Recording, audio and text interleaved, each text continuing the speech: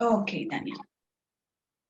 Bueno, muy buenas tardes a todos. Realmente creo que este es un momento para encontrarnos y valorar mucho esta invitación que me hizo Daniel, que me hizo como tal la Asociación de Estudiantes de México para apoyar estos procesos de formación.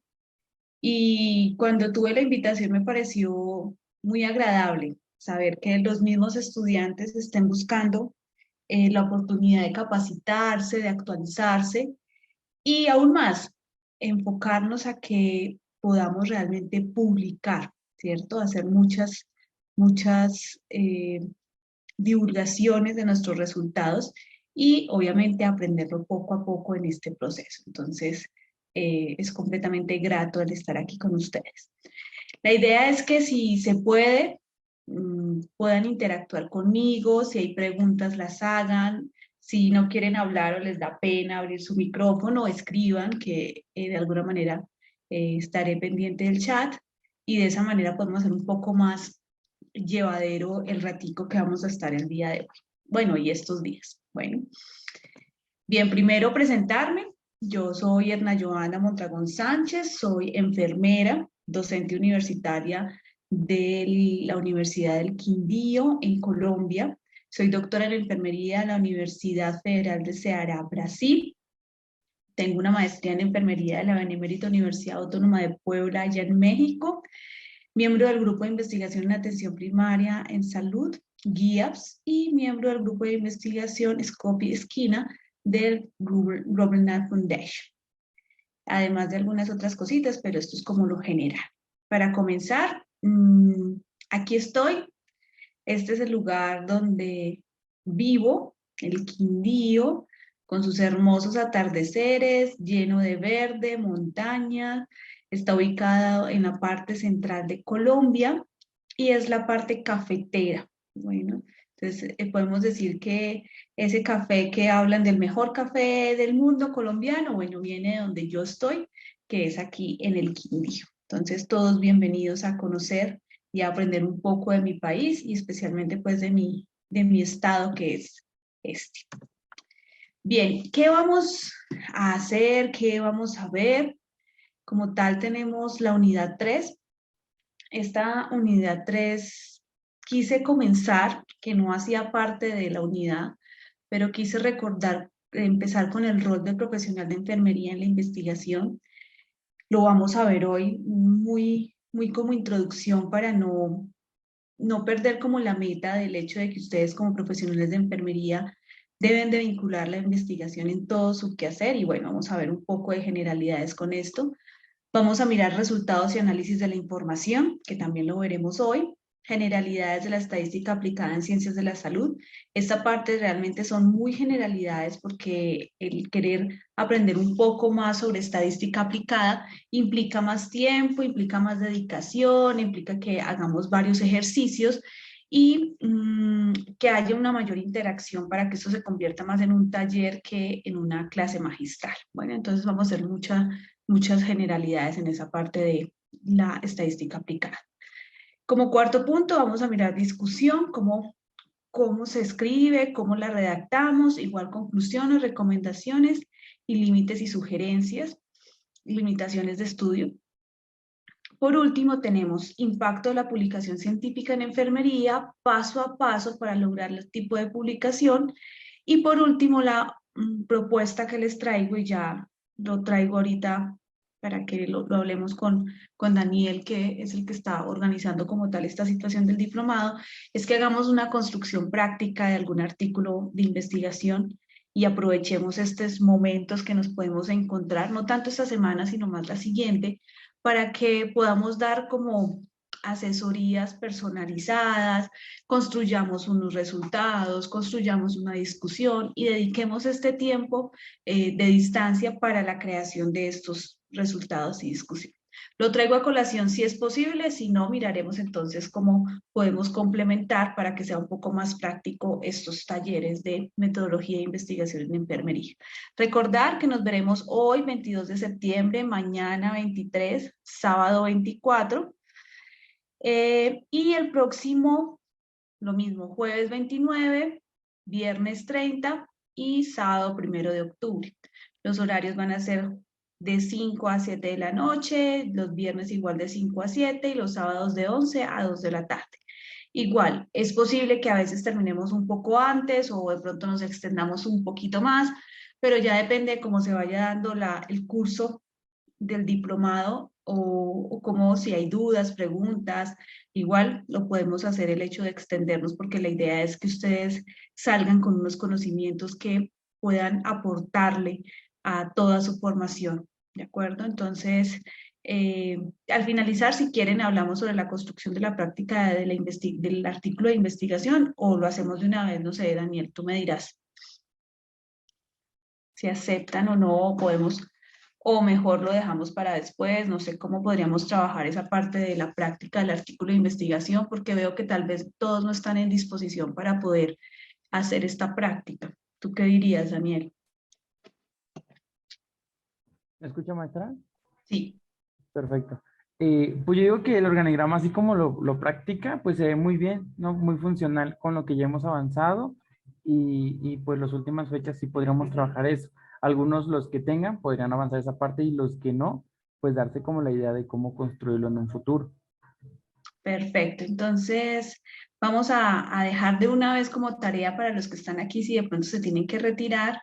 Para el próximo jueves, la idea es que tengan algo para que empecemos a construir resultados y discusión, ¿sí? Que hagamos, o si no lo tienen y tienen solamente, digamos, algunos resultados, empecemos a escribir la introducción, la metodología, o sea, como tal, para poder estructurar el artículo de investigación. Entonces, mi idea como resultado de este diplomado de metodología de investigación, creo que podremos aportar y unir todas esas unidades 1 y 2 que vieron con los anteriores maestros y poder construir esta práctica del artículo de investigación. Bueno, pero para eso necesito que ustedes tengan mucha disposición, más que todo para el jueves dentro de 8 días, jueves y viernes, que vamos a estar como trabajando más en sus propios trabajos para poder aprovechar realmente el hecho de que yo pueda ayudarles a construir estos artículos. Bueno, entonces lo dejo a, como información y ojalá lo logremos cumplir de esta forma. Bien, para comenzar, eh, quiero resaltar lo que les decía de hablar del rol del profesional de enfermería en la investigación. Quise empezar con este tema porque me parece difícil de una comenzar con resultados, artículos, sin de pronto antes hacer como una eh, sensibilización con relación al papel de la investigación en lo que es el profesional de enfermería. Entonces, solamente recordar que la profesión de enfermería es una disciplina práctica de cuidado y siempre va a estar unida y ligada a este proceso práctico de ser profesionales y recordando que nuestros fenómenos de estudio siempre va a ser el cuidado, razón por la cual todas las investigaciones que desarrollemos deben de ser claramente y aportar claramente a nuestra disciplina de enfermería. Entonces, siempre que estemos pensando en qué hacer, en qué movernos, por dónde investigar, y cuando hacemos las justificaciones de los proyectos, recordar para qué les sirve enfermería. Bien. La ciencia de enfermería sustenta el saber obtenido por el estudio de fenómenos por medio de ¿qué? De la aplicación del método científico. Enfermería tiene su propio método científico que aporta a lo que somos ciencia. Ese método científico, yo estoy segura que todos lo conocen, que todos saben cuál es, solo que tal vez no lo conocen como método científico y sí como proceso de atención de enfermería o PAE. El hecho de que nosotros como ciencia de enfermería tengamos nuestro propio fenómeno de estudio como es el cuidado y nuestro propio modelo de aplicación del método científico que describe, explica, predice los fenómenos de la propia disciplina, eso nos lleva a hacer ciencia. Entonces, el hecho de aplicar nuestro proceso de atención de enfermería en todo lo que hacemos nos aporta y nos sustenta estos fenómenos de estudio. Bien, este saber se organiza, o el hecho de la enfermería se organiza en cuerpos conceptuales y teoría con el propósito de prescribir cursos de acción a partir de un conocimiento. Y es importante recordar que todo lo que hacemos está conformado y mediado por este método científico y va unido al proceso investigativo para poder sostenernos como la ciencia de enfermería. ¿Cómo no recordar realmente lo que hizo Nightingale hace muchísimos años, ¿cierto?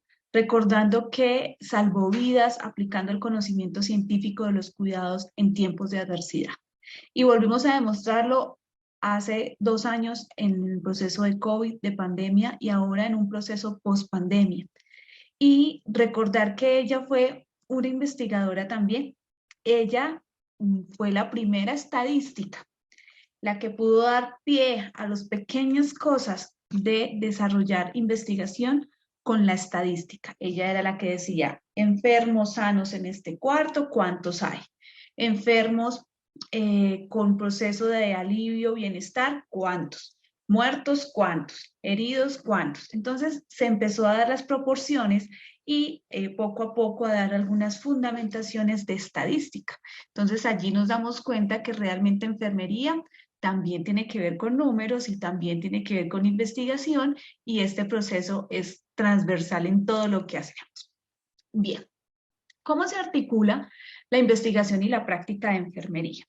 La investigación y la práctica de enfermería se estimula en este triángulo que intenté hacer con estas plumas, que básicamente es una praxis que maneja Betty Newman, teniendo en cuenta la investigación, la teoría y la práctica. Esto es un triángulo con, conciso y firme que siempre va a estar unido.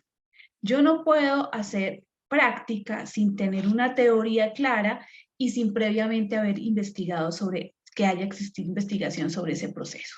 Entonces, ¿a qué vamos? Todos nuestros procesos prácticos como estudiantes, como profesionales de enfermería, tienen un conocimiento claro, una teoría, y esa teoría salió de una investigación.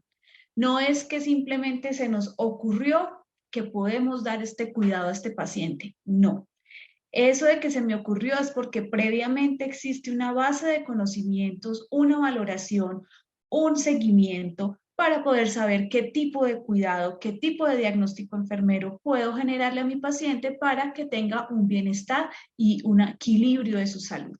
Entonces, a lo que quiero que lleguemos aquí con este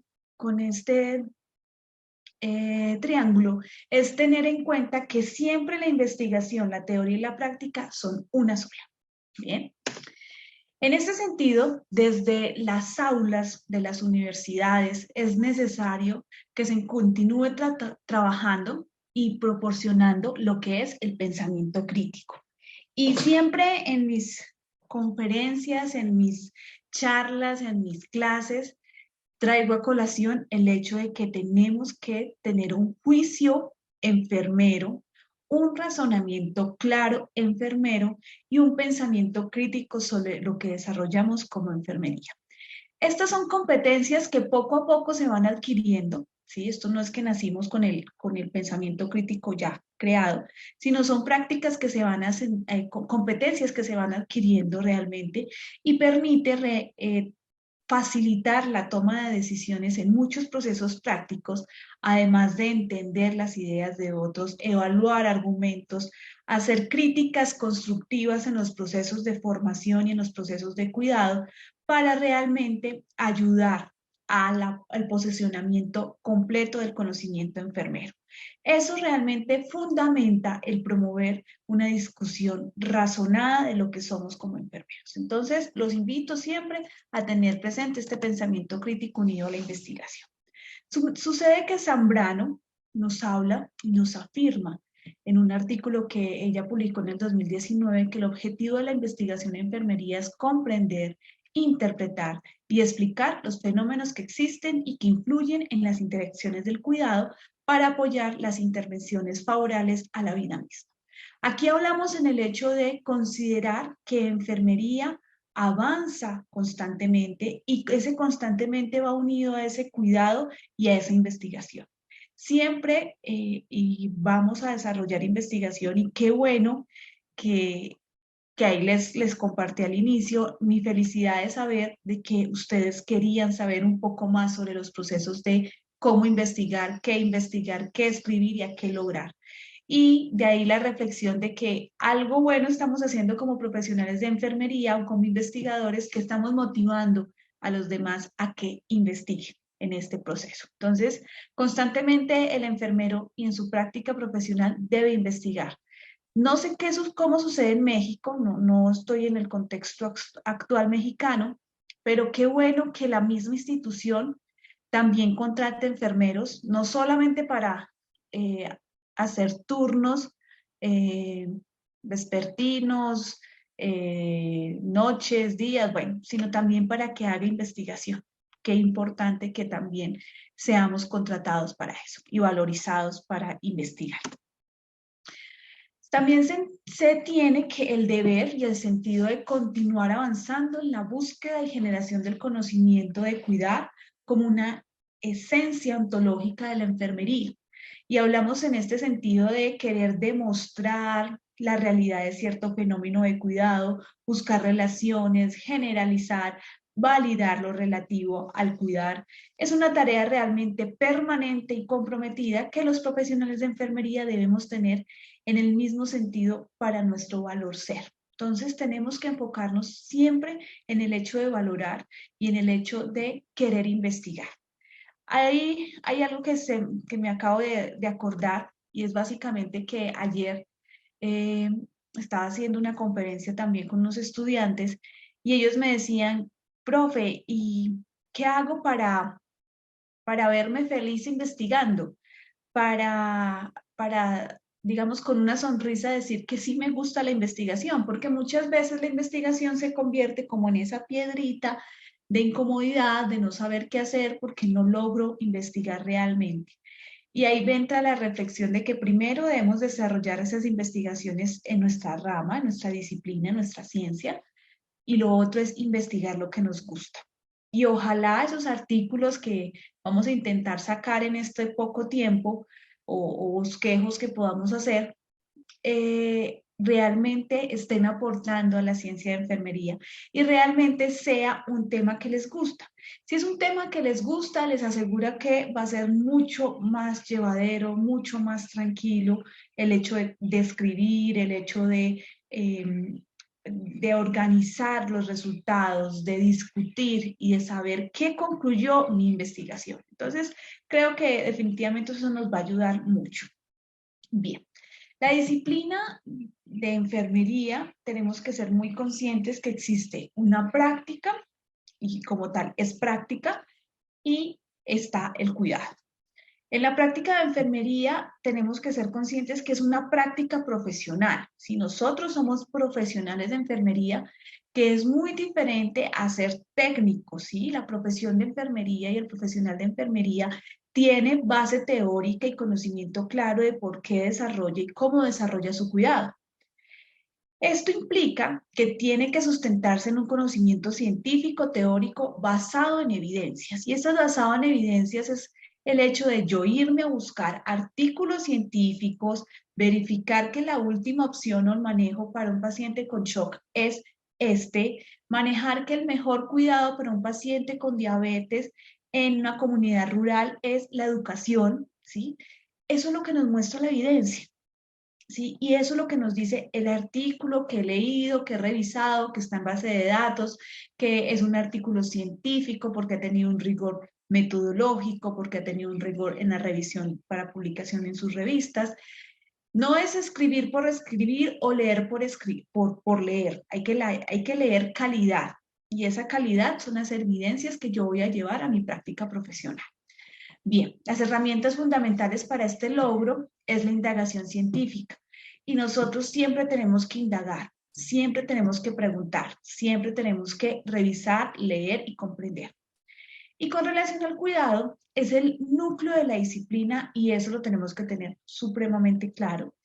El cuidado de enfermería requiere estudiarse e investigarse siempre. Ustedes conocen la teoría de Roy, ¿cierto? Hablamos de adaptación. ¿Cuánto no se ha estudiado la teoría? Ah, que ya existe, sí, ya existe la teoría, pero Los tiempos cambian, el entorno cambia, el contexto cambia, la población cambia. Y no es el mismo proceso de adaptación que se vivió en un momento hace 5 años al momento actual de pospandemia. Entonces, es importante y se requiere siempre investigarse y estudiarse todo lo que hacemos en el proceso enfermero.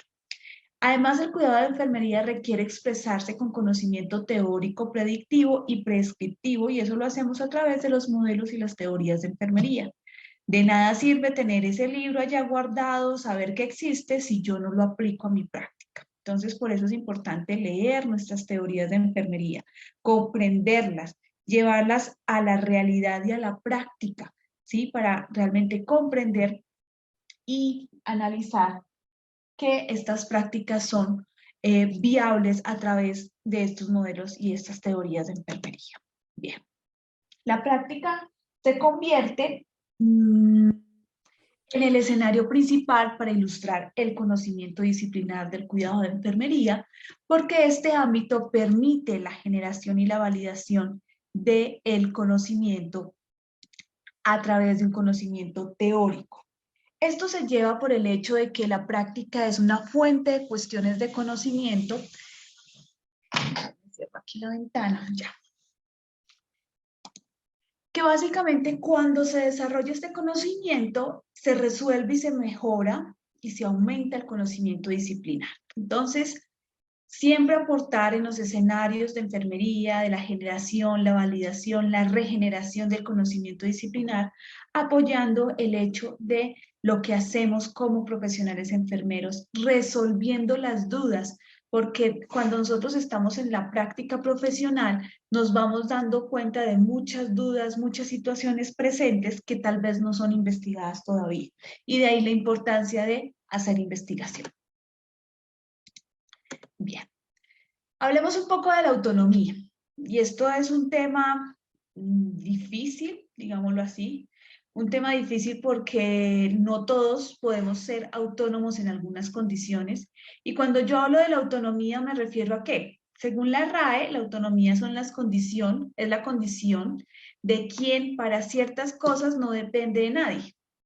Para Oxford, la autonomía es tener las propias leyes, libertad de control o de influencias externas, ni de independencia. Cosas tal vez difíciles para la autonomía de la práctica enfermera, yo creería que no.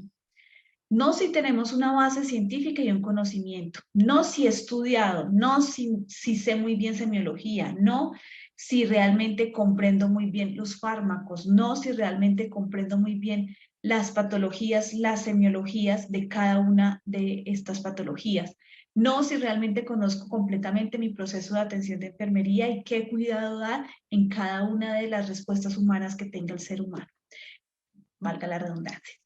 Entonces, esa autonomía de la práctica la podemos tener. Y ustedes han logrado en México hablar de prescripción médica y hacer prescripción como enfermería. Eso es un gran logro, porque eso implica realmente autonomía en la práctica profesional. Y esa autonomía la llevamos a cabo a través de la misma investigación que desarrollamos en nuestra ciencia. Sucede que cuando se gana autonomía, genera poder.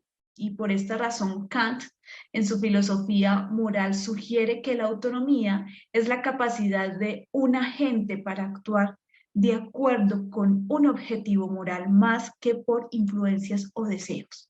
Entonces, Kant nos recuerda que básicamente tenemos un objetivo claro, un objetivo moral, y realmente logramos a desarrollar una autonomía por esos deseos de querer hacer un bienestar y tener los conocimientos claramente para poder desarrollar este cuidado. La enfermería es una disciplina de orientación práctica y es una disciplina profesional, recordar. Existe existe, sí, para dar atención de enfermería y cuidar a las personas que vivencian problemas reales, potenciales de salud en cualquier proceso vital, y ahí entramos nosotros. Además, la práctica significa que su misión primaria se relaciona íntimamente con la práctica, y es la práctica la que deriva los conocimientos y sustenta y permite como tal ajustar a la realidad. Y ahí es donde entra la práctica de un futuro, que hablamos de una autonomía, de un regimiento por investigación y un cambio. Y ustedes están comenzando el cambio. La práctica se convierte en el escenario principal para ilustrar el conocimiento disciplinar del cuidado de enfermería, porque este ámbito permite realmente la generación y la validación y regeneración del mismo conocimiento. Además, la práctica es fuente de cuestiones de conocimientos en cuanto se resuelve y se mejora el conocimiento disciplinar. Y esta práctica es síntesis. Se puede afirmar que la práctica hace visible a la enfermería porque es la expresión del mismo conocimiento y la evidencia de nuestro conocimiento científico. ¿Por qué investigar enfermería en América Latina y el Caribe? Pues realmente se considera necesario cuestionar lo que hacemos, intentando contemplar la acción de cuidar sin minivalorar la fundamentación teórica vigente, sino realmente perfeccionándola. Como les hablaba, Roy tiene su teoría, pero podemos perfeccionar la teoría de Roy ¿a través de qué? A través de la investigación y los cambios con relación al entorno, contexto y realidades actuales. Es necesario innovar en nuestras realidades sociales. Cada uno, y en México ahorita se vive una realidad social diferente a la que podemos hablar en Colombia. Se puede decir que realmente cada uno de nuestros países latinoamericanos, Caribe, europeo, tiene realidades sociales distintas, pero todas estas realidades aportan y se pueden influir en ciertos cuidados que tenemos que tener presentes. Y somos una ciencia que se fundamenta en la práctica investigativa y en la teoría. Algo más como pregunta que tal vez va a salir durante este diplomado. Bueno, ¿qué investigar en enfermería? Definitivamente lo que se habla y lo que se enfoca ahora es diversidad cultural de cuidado, investigar en esa diversidad cultural del cuidado, en los objetivos de desarrollo sostenible, hablando que tenemos unas metas hasta el 2030 que son fundamentales poder cumplir. Estudios de intervención experimental y tenemos que hacer experimentos como enfermería, recordando que enfermería no hace experimentos tipo laboratorio solamente, sino también hace intervenciones afuera. También hacemos experimentos exteriores, no solamente dentro de un laboratorio. Tenemos que hacer investigación con un impacto social y además investigación en atención primaria en salud y promoción de la salud. Eso es a lo que tenemos que enfocarnos. ¿Había alguien con un micrófono abierto? ¿Alguien tiene alguna pregunta, duda? ¿No?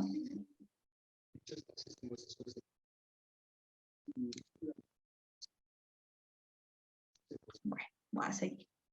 ¿Cuáles son los retos actuales de la investigación en enfermería? Tenemos varios retos y ustedes empezaron con el mejor, que es capacitándonos. Que más personas realmente quieren capacitarse y les gusta la enfermería, eso es un reto muy grande.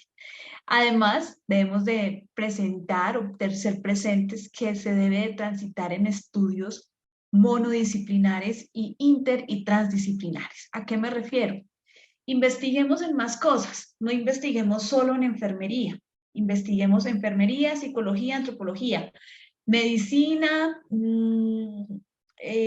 trabajo social, fisioterapeuta, terapia respiratoria, bueno, no sé, diferentes áreas que realmente puedan aportar realmente nuestros estudios. Entonces, a lo que los invito es pensar en equipo, en trabajo en equipo y trabajar con más áreas.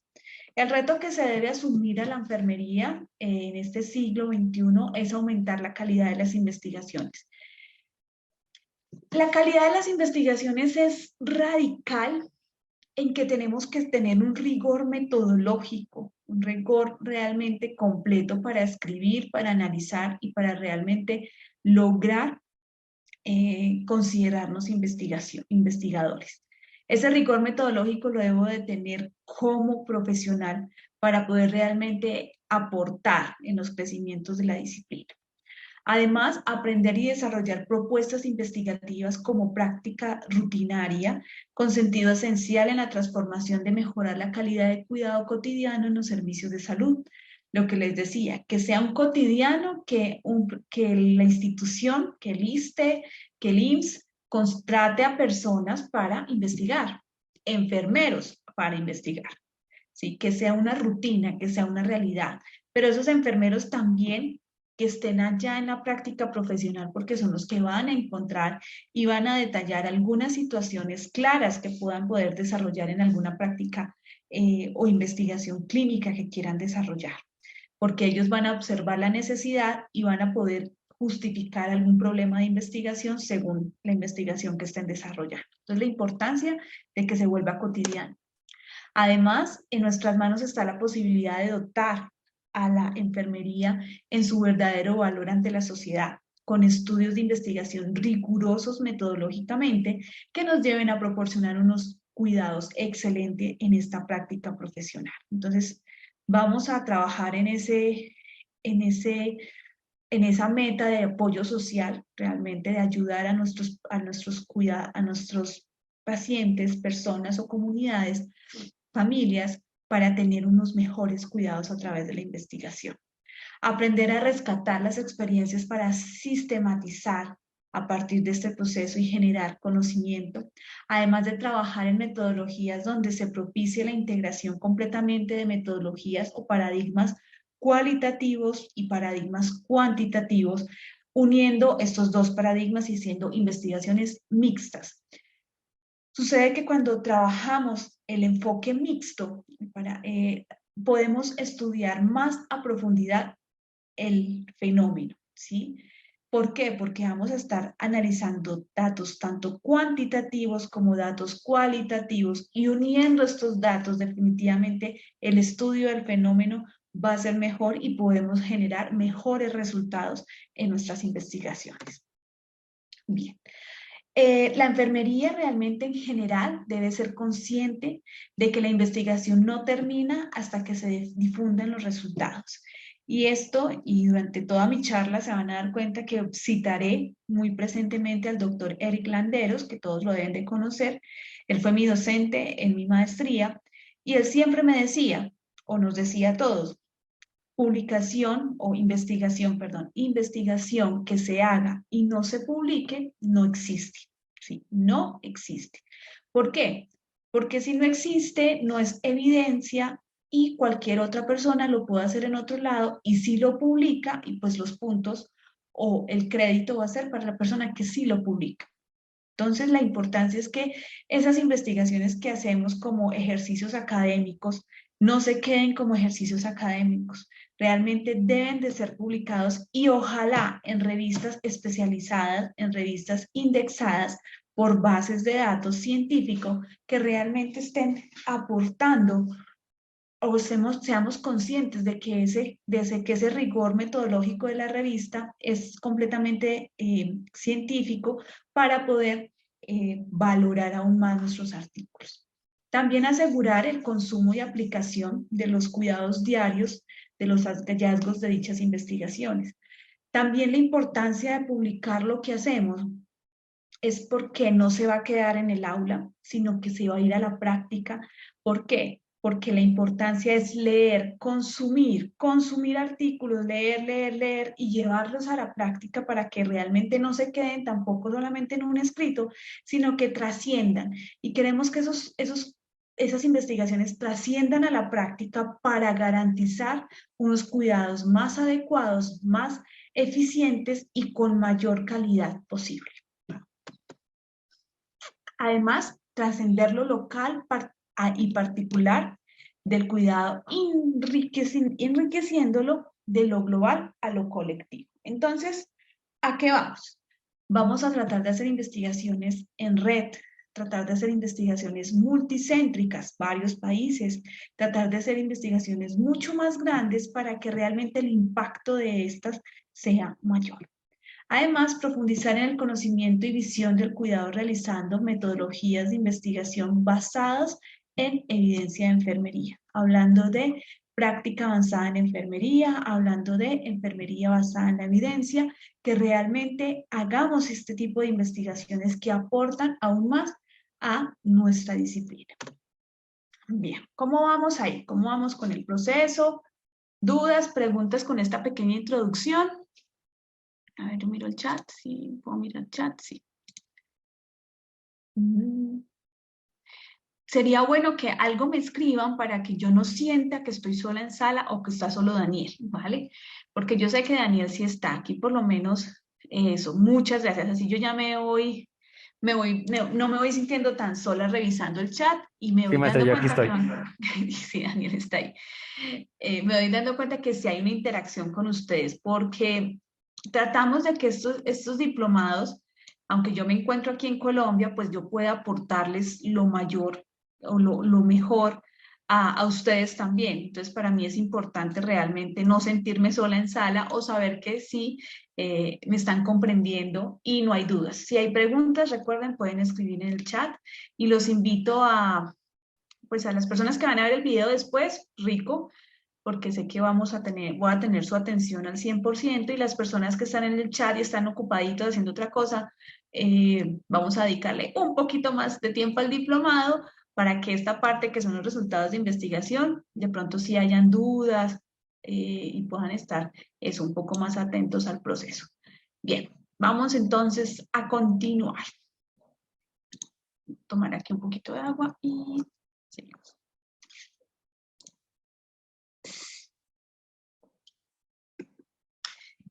Bien, con relación a los resultados de investigación, pues fue un reto ponerme a pensar, bueno, ¿cómo es que yo escribo los resultados de investigación de lo que he desarrollado? Y eso realmente nos ha llevado a pensar, ve, tenemos que ser como más prácticos en lo que hacemos con nuestros resultados de investigación. Entonces yo lo que hice fue generar como unos tips de cómo empezar a escribir los resultados, porque ya sé que con los otros maestros ya vieron la primera parte de la importancia de la investigación, con la profe Natalia vieron introducción, diseño, bueno, todo lo que va antes de resultados y pues con ella terminaron todo lo de metodología. Entonces vamos a continuar esta parte de resultados de investigación haciéndolo un poco más real de cómo poder escribir estos resultados. Bien.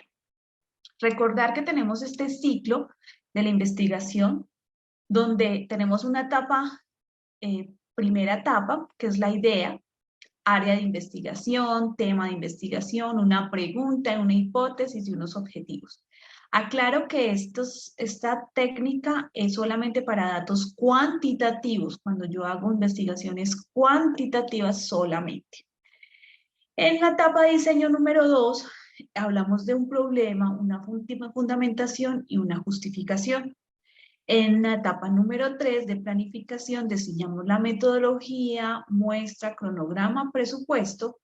Y en la etapa número 4, que ya es la publicación y realización de la investigación, es levantamiento de información en campo, análisis de información, conclusiones, redacción de documento final y presentación de resultados. Miren qué importante esa última parte, que es la retroalimentación a nuestros sujetos de cuidado, es decir, a nuestros participantes en la investigación, de presentarles los resultados, de que ellos no se sientan utilizados en la investigación, sino que realmente se sientan parte de, y por eso esta última parte quise resaltarla acá.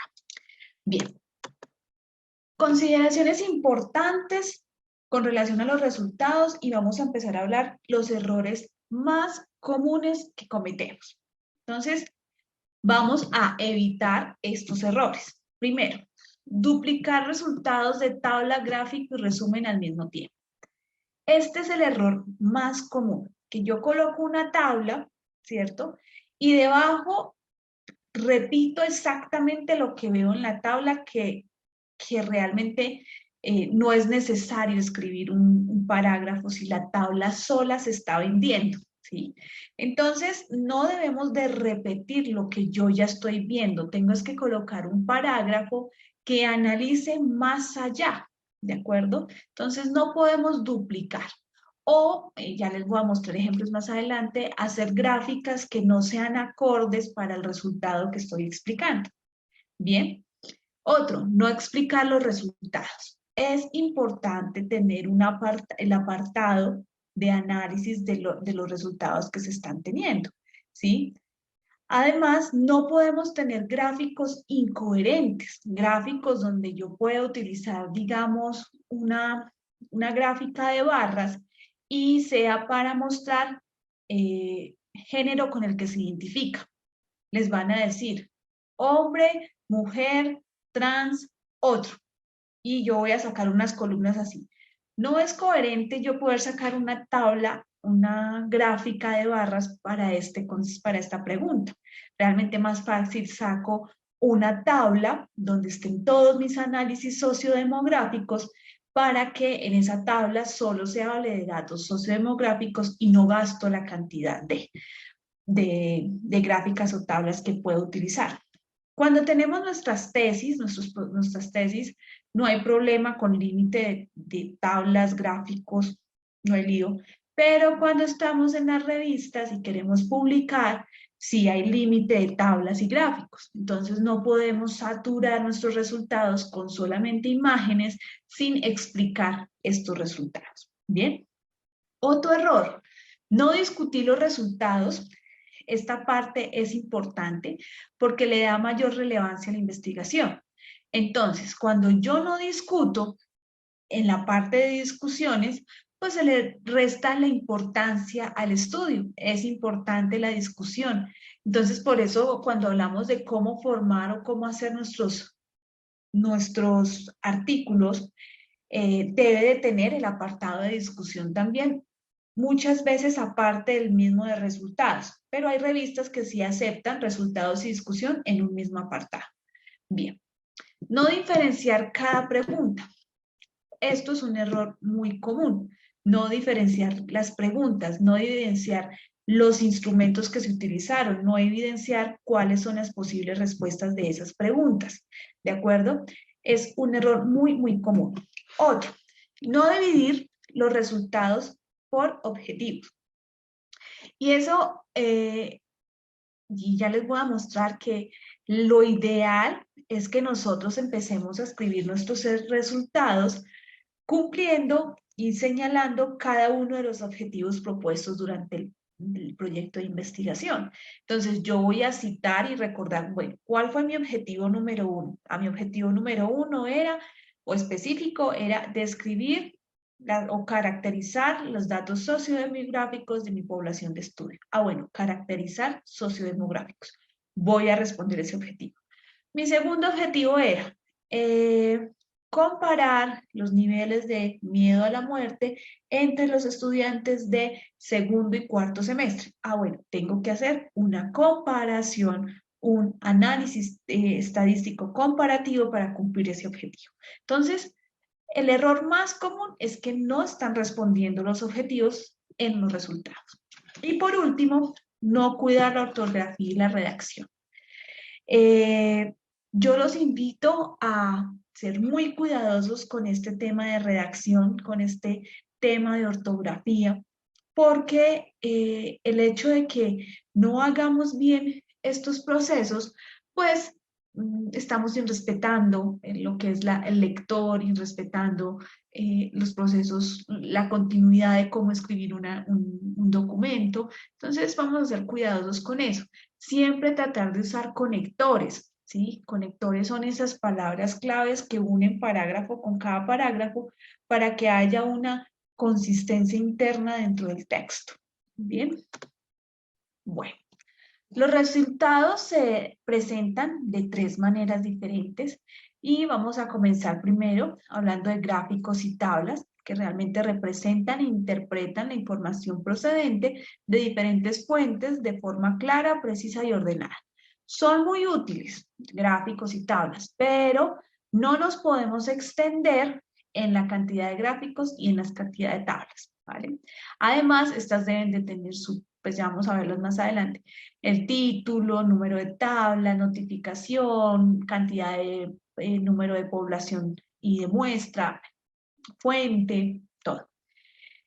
Otra forma son las figuras, que son las formas de representar la información, sobre todo cuando ésta emplea muchos datos para la interpretación.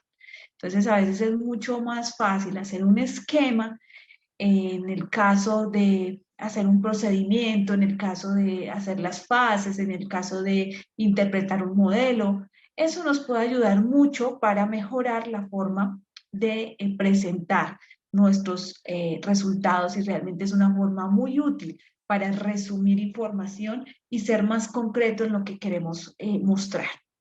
Y la tercera forma es la forma escrita, que es la explicación de los resultados, y ellos exponen la forma en que se encuentran estos resultados. Se describe, se habla y se relata cada uno de los resultados encontrados. Bien, son las tres formas.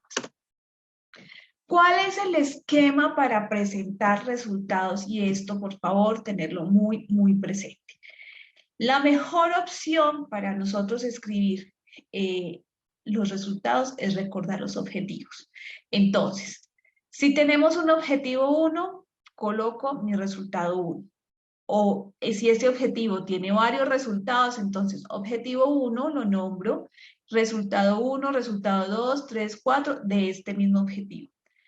Cumplí con ese objetivo, ahora voy a escribir o a recordar mi objetivo 2, doy respuesta a ese objetivo 2 con mi resultado 2 y mirar si tengo más resultados, coloco más resultados en esto.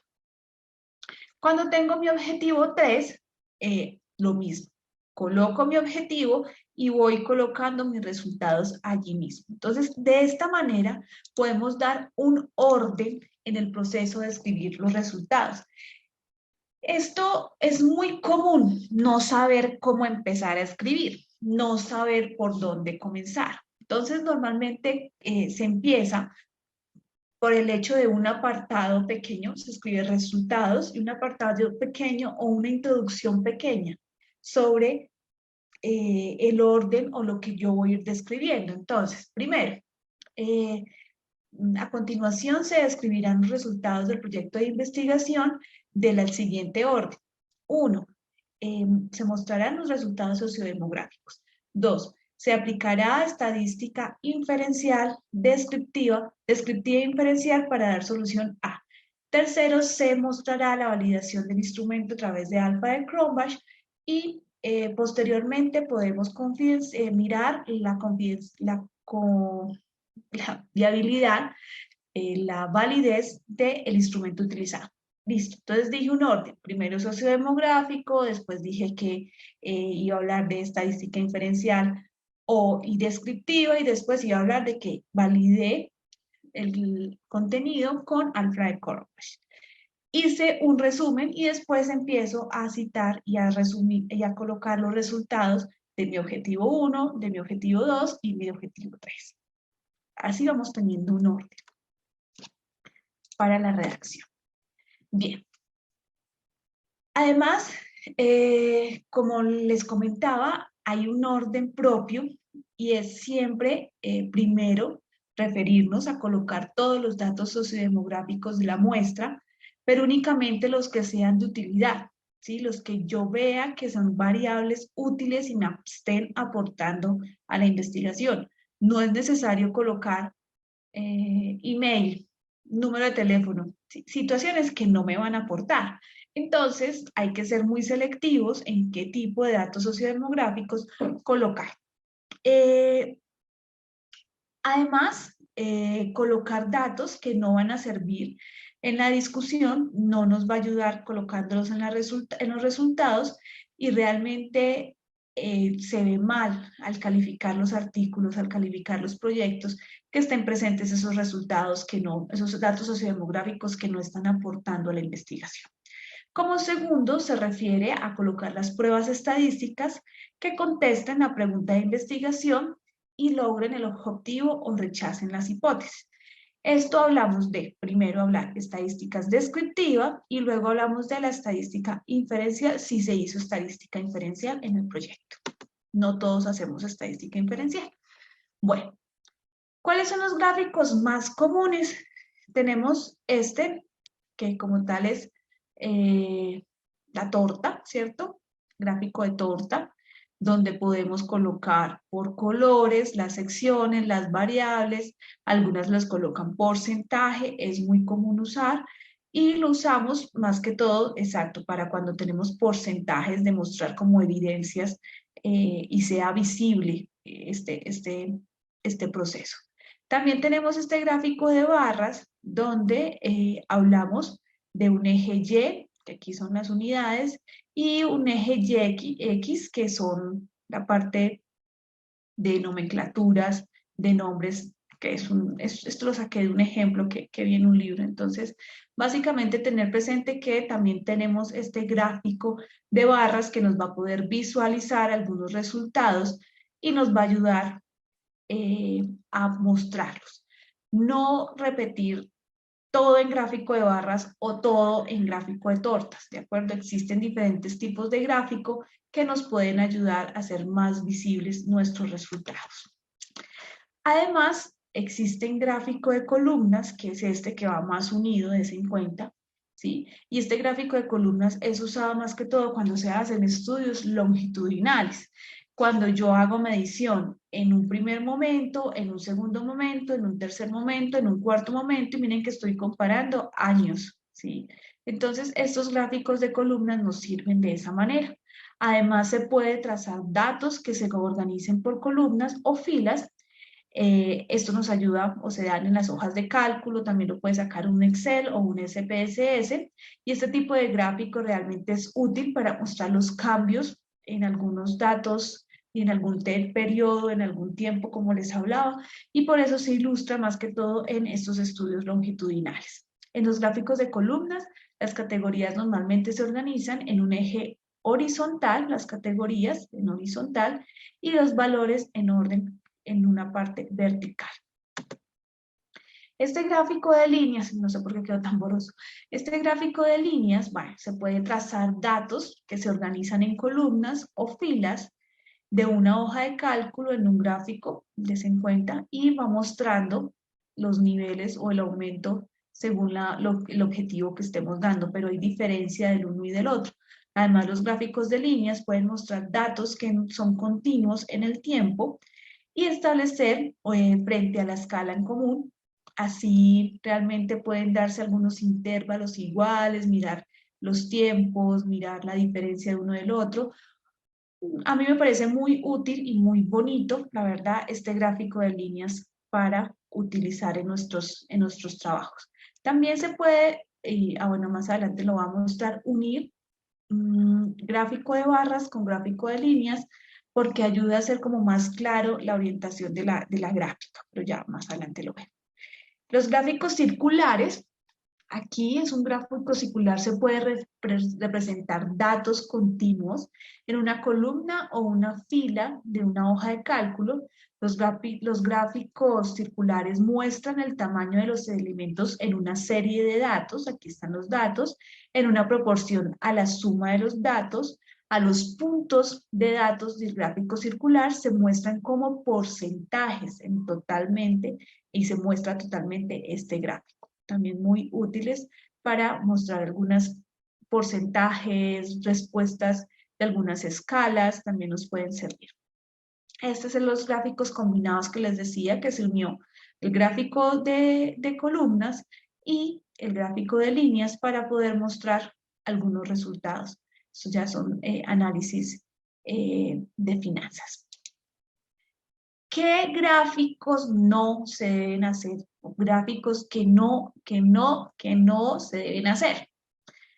Lo que les decía en un inicio, no me sirve un gráfico para mirar con qué género se identifica, donde realmente me estoy dando cuenta que el 100% se considera femenino. Entonces, realmente tenemos que ser muy conscientes que no está bien este tipo de gráficos porque no me está aportando, no me está ayudando. Entonces necesitamos realmente ser más coherentes en lo que vamos haciendo. Este también, este es un gráfico del nombre de la aldea donde se realizó el estudio. Entonces, es un gráfico donde no se evidencia, no es claro los colores primero, no es claro, ay, un minuto. No es claro realmente tener conciencia de estos porcentajes de las localidades donde se hizo el estudio y no es necesario. Realmente yo puedo hacer una descripción para poder lograr estos procesos. Bien, ¿Qué no se debe hacer tampoco? Lo que les digo de repetir la información que está arriba, ponerla abajo. Mire, voy a leerlo el parágrafo de abajo, que dice, las mujeres que participan en el estudio respondieron de la siguiente manera, que el 33%, es decir, están cansados, perdón, que demuestran que tienen apoyo para compartir las actividades que conllevan una familia, así como los otros aspectos, en este caso las fincas de café. El 33% en unión libre, la relación no es reconocida legalmente, pero tiene compañero para compartir responsabilidad en el sustento del hogar y el trabajo. El 13% son mujeres solteras, ellas viven juntas con la familia y cuentan con un apoyo necesario para poder llevar a cabo el trabajo de la finca. ¿Qué hicimos? Nada, ¿por qué? Porque estoy repitiendo exactamente lo que voy viendo acá. Aquí yo lo que tengo que hacer es un análisis mucho más profundo de llevar a cabo y comprender por qué realmente, qué está pasando con esta familia de unión libre, con esta parte de casada, con el hecho de poder comprender nuestros procesos de contexto, de realidad, de entorno, en fin. Todo esto tenemos que ir más allá sobre la misma gráfica y analizar más allá. ¿Qué pasaría si realmente, qué es lo que está pasando con esta viuda? Yo analizaría a esta viuda en el contexto. Ah, bueno, mentiras, es cero, si hubiese una, perdón, si hubiese uno. Esta viuda, ¿qué sucedió para que esta viuda esté ahorita afrontando su hecho, su realidad social familiar, cómo está en el contexto de, bueno, en fin? Entonces, ahí vamos en qué es lo que no debemos hacer y ahora sí vamos a hablar de cómo es la forma correcta de presentar las tablas y figuras. Entonces, primero, esta es la forma correcta que APA versión número 7, ¿sí? Que ya es del 2021, que es la última versión, eh, nos muestra el hecho de cómo desarrollarla. Entonces, primero, tengo que tener un título en negrita, ¿sí? Y una porción, un título de esa misma tabla que va a ir en cursiva. La tabla es en cuenta que no tiene líneas verticales, solamente tiene líneas horizontales. Así nos lo pide ARPA. Bien, el contenido de la tabla debe ser claro, conciso, debe tener las abreviaciones pues coherentes y mundiales. Des en cuenta aquí con esto hablamos de una muestra, una desviación estándar, un índice coeficiente, bueno, informaciones claras que todos conocemos. Y abajo se puede mencionar el autor y la fuente, quien lo hizo. Ya no se coloca elaborado por autores o elaboración propia. No, se tiene que colocar el nombre. Entonces, en mi caso, Mondragón Sánchez 2021, y esto de la página se tiene que colocar ahora en APA, en la última versión, la página de donde yo estoy sacando esta información. ¿De acuerdo? Si en este momento, digamos, como era una exposición, yo lo saqué de esta página, y lo estoy mostrando, que es el mismo libro de Viveros del 2021. Pilas, tienen que ser muy conscientes en el momento de APA. Yo aprendí mucho, yo aprendí mucho en, en México a ser muy rigurosa con las normas APA. Y gracias a eso, pues he aprendido mucho y de igual manera exijo su proceso. Entonces, vamos a aprender eso. Bueno, esto es como la repetición, pero creo que está más claro acá para que lo tengan consciente. Miren dónde es la negrita, la negrilla, solamente en el título y en nada más, y lo demás es cursivo como título, y siempre, siempre tener presente la fuente. Bueno, en la nota colocamos cuando no sabemos bien qué significan las abreviaciones, y muchas veces también en esta nota se coloca, si yo no estoy colocando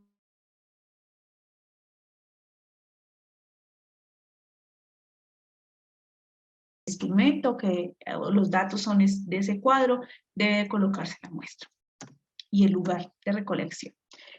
Bien, forma correcta. Aló, ¿me escuchan? Que se me está como fallando el internet. ¿Me oye? ¿Chat? Sí. Sí, ok, gracias.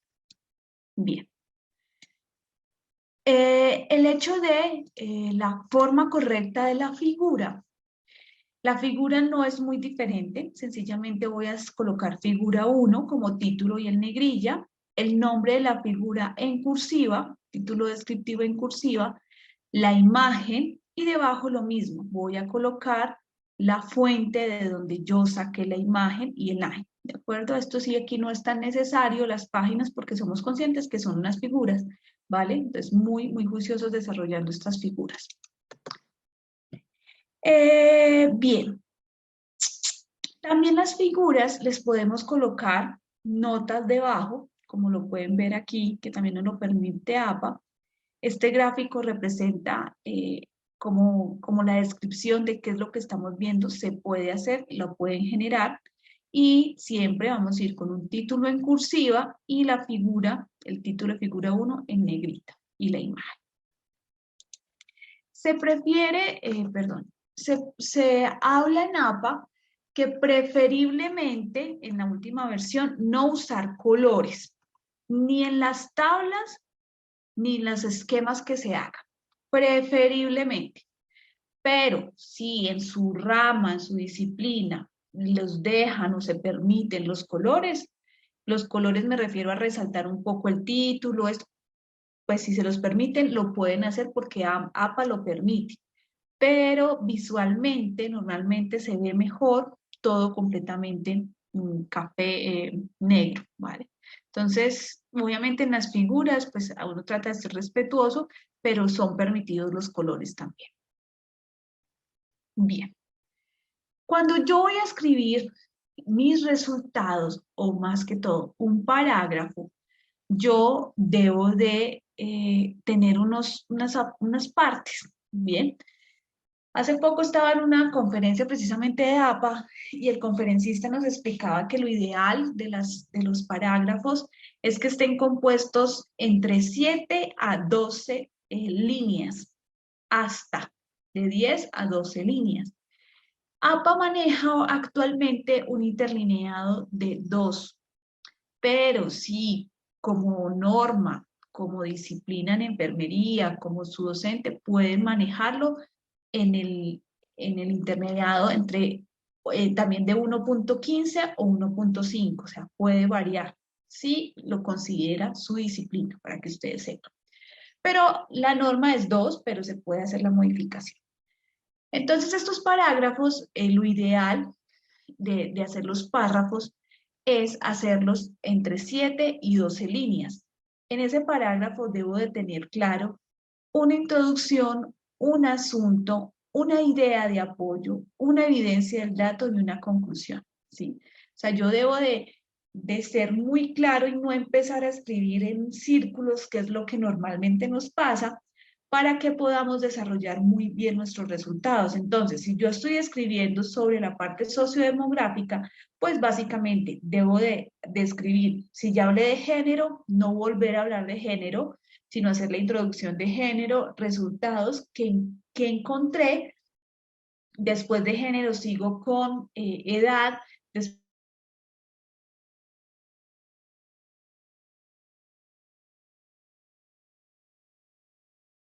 y eso lo debemos de empezar a practicar porque no es fácil muchas veces hacer este desarrollo, hacer estas cosas y poder lograr completamente este enfoque. Entonces, ahí empieza la tarea y por eso es que los invito a que podamos hacer la actividad práctica en la siguiente semana para que realmente aprovechemos un poco más y el hecho de que haya una mayor interacción con ustedes para empezar a hacer la redacción de muchos de nuestros resultados y discusiones.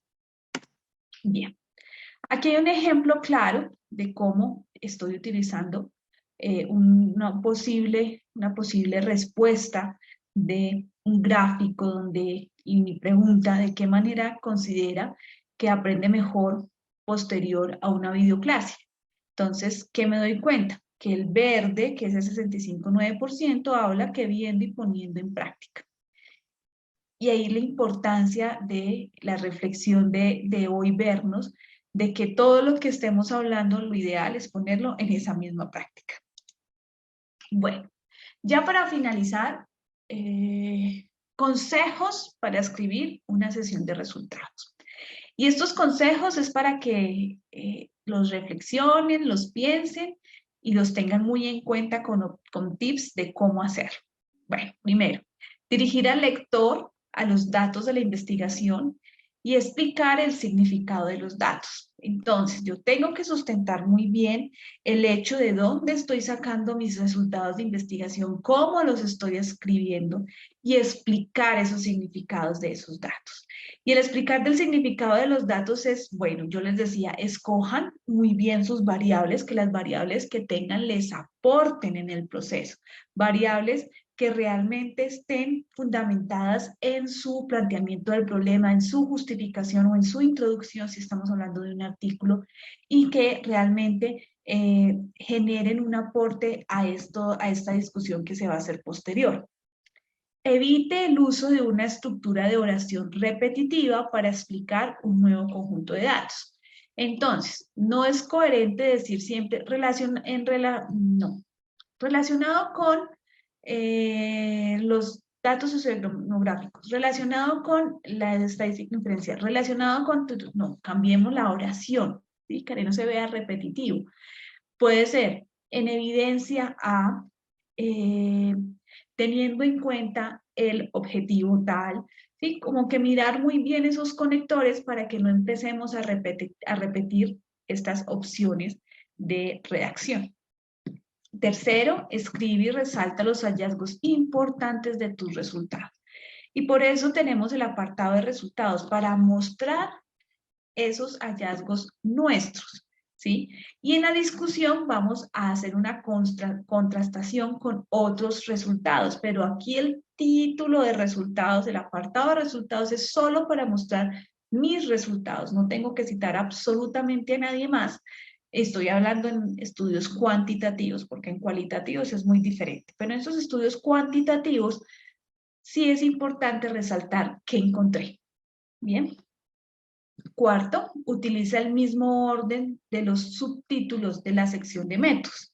Entonces, a lo que voy, si yo estuve arriba hablando de los objetivos 1, 2, 3, en los resultados voy a colocar objetivo 1 dando respuesta, objetivo 2 dando respuesta, objetivo 3 dando respuesta. Bueno, me preguntan tal vez si es necesario colocar el título objetivo. No es necesario, no es necesario.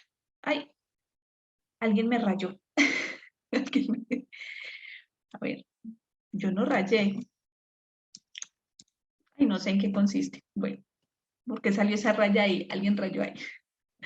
Bien. Para utilizar el mismo orden de subtítulos ya. Otro. Haz coincidir los resultados con las preguntas de investigación de la introducción, ya lo hablamos.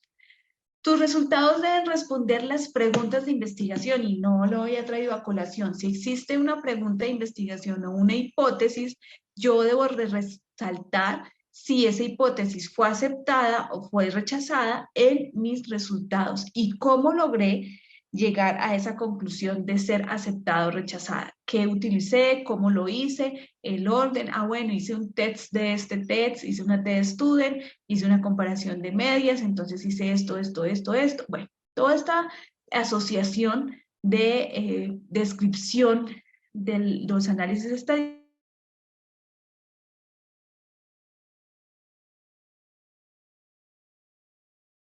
tablas y el número de figuras en el texto con las figuras y tablas. Es decir, no haya repetición o el hecho de que yo esté explicando una tabla o muestre una tabla y no sea el nombre correspondiente a la tabla, que realmente se crucen las variables cuando yo estoy mostrando una gráfica y esa gráfica no responda al objetivo que yo había colocado en la parte anterior. Entonces, ser muy cuidadosos de que a veces se me pueden mezclar las tablas que tengo, las figuras y no colocarlas en el orden correcto. Bien, y por último, Presenta únicamente datos que resalten la importancia de tu estudio y puedes proporcionar datos adicionales a las tablas y figuras como material complementario para sustentar y dar respuesta a nuestros objetivos propuestos. Bien, esta es la bibliografía desarrollada y yo durante las sesiones que vamos a tener los voy a invitar a ver los videos del doctor Eric Landeros y les voy a facilitar un escrito que él tiene que se llama Receta de Cocina. Receta de Cocina lo escribió más o menos en el 2011-2012 y lo he ido actualizando obviamente. Pero es una forma del paso a paso cómo ir escribiendo, cómo ir haciendo. Entonces yo hoy hablaba con él y me acordé de este libro de receta de cocina y le pedí autorización para podérselos mostrar. Él hizo un PDF con el paso a paso de la construcción de resultados y discusión y ejemplos, además traídos desde algunas de las tesis que él ha supervisado. Y me comentó que en su canal de YouTube, Eric Landeros, también está el apartado para poder desarrollar los resultados, la discusión, la publicación de artículos, o sea, básicamente todo lo que vamos a ver en esta sesión. Entonces dije que lo iba a citar y solo me pide que por favor vean el video y le hagan manito arriba para hacerle, obviamente, like y él le ayude también a crecer su grupo. Y si se pueden suscribir, pues mucho mejor. Yo les voy a facilitar esta presentación en este momento, yo se los mando con Daniel, no hay ningún inconveniente, para que empiecen a revisar y recordar muy bien lo que tenemos. Estos son mis datos. Estos son mis datos para que me contacten si tienen alguna duda, una pregunta o extender un poco más este proceso. Es ejmondragon@uniquindio.edu.co. Bueno, Edna Joana Mondragón, para los que no me conocen, y aquí que estoy revisando el chat, sí, efectivamente, yo tampoco sabía lo del canal de YouTube, me contó que fue ahora por la pandemia, y ahí tiene muchos videos y muy útiles, porque también estuve mirando que tiene algunos estadísticos, desde estadística básica hasta algunos datos o formas de hacer estadística inferencial. Entonces los invito a que lo sigan y pues sería muy chévere poder enriquecer este proceso con el mismo doctor Eric Landeros. Eso sería todo por el día de hoy. ¿Dudas, preguntas? Y yo cuando regresé aquí, espero haber sido clara. Yo no sé cómo dejar de proyectar.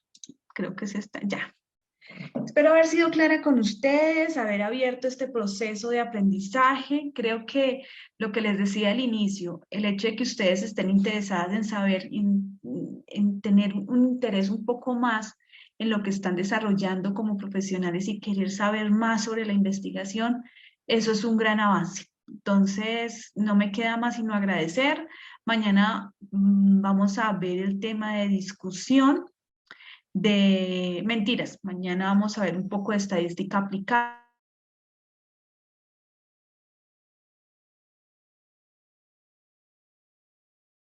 Por la forma del diplomado, porque sí necesito su disposición, por lo menos ver sus caras o sus computadores. Entonces, bueno, voy a ser muy general, hacer algunas generalidades y poder aplicar, que ustedes puedan aplicar esta información a sus proyectos de investigación. Gracias por los que me están escribiendo allí, que fue como claro y comprendieron. La idea es que a mí me comentaba Daniel que estaban motivados y bueno, no es mi idea desmotivarlos, sino antes seguirlos motivando en este crecimiento y darle las gracias por su disposición y por estar aquí con nosotros el día de hoy. Y qué bueno que me entendieron. Bien, ahí estoy leyendo. Bien, aquí Edith que nos habló sobre la importancia de hacer investigación en atención primaria en salud y en promoción de la salud, eso es. Recuerden chicos ir buscando sus proyectos, lo que tengan, investigaciones a medias o que ya las terminaron y quieran publicar, pues yo estoy aquí es para ayudarles y para poderlos guiar y dentro de 8 días poder hacer un proceso con ustedes más interactivo. Si hay alguien que desde antes me quiera mandar lo que tiene y podamos trabajar para que el viernes mostremos algo del proceso, lo puede hacer.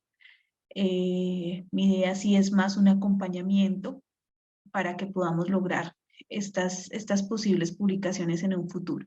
Igual les voy a hablar sobre el proceso de publicación el próximo jueves, pero creo que eso sería todo por hoy. No sé, Daniel, si quieres cerrar o hay alguna otra pregunta. No veo preguntas en el chat.